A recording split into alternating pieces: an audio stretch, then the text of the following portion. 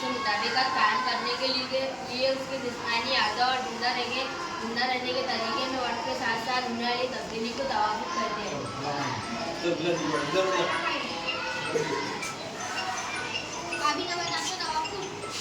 नबातात की जड़ें जमीन में बेवक्त होती है।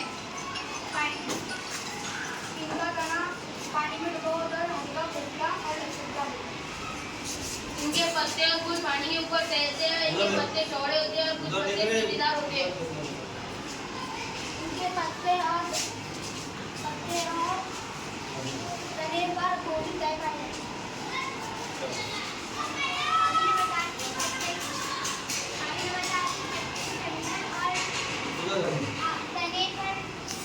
तने में हवा के खाने पाए जाते हैं और वो पानी पर तैरते हैं।